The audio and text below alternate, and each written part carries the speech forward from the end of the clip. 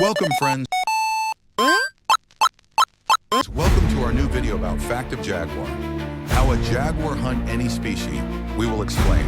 So, let's start. A jaguar in water might seem unusual, but it's actually more common than you think. These big cats are the most aquatic of all the felines, especially here in central Brazil. Watch closely. This powerful male is crossing the river, searching for prey.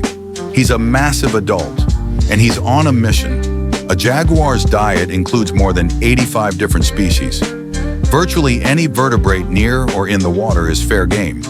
Walking the riverbank is like browsing a buffet line.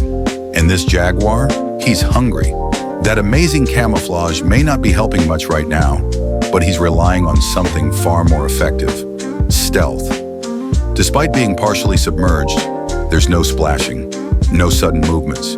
He's feeling out every step, making sure his footing is solid.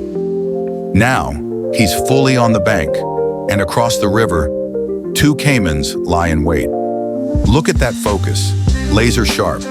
At first glance, it seems like just another caiman in the water. But no, that's him, the jaguar, swimming, still, almost silent. Then, strike. 1, 2, boom.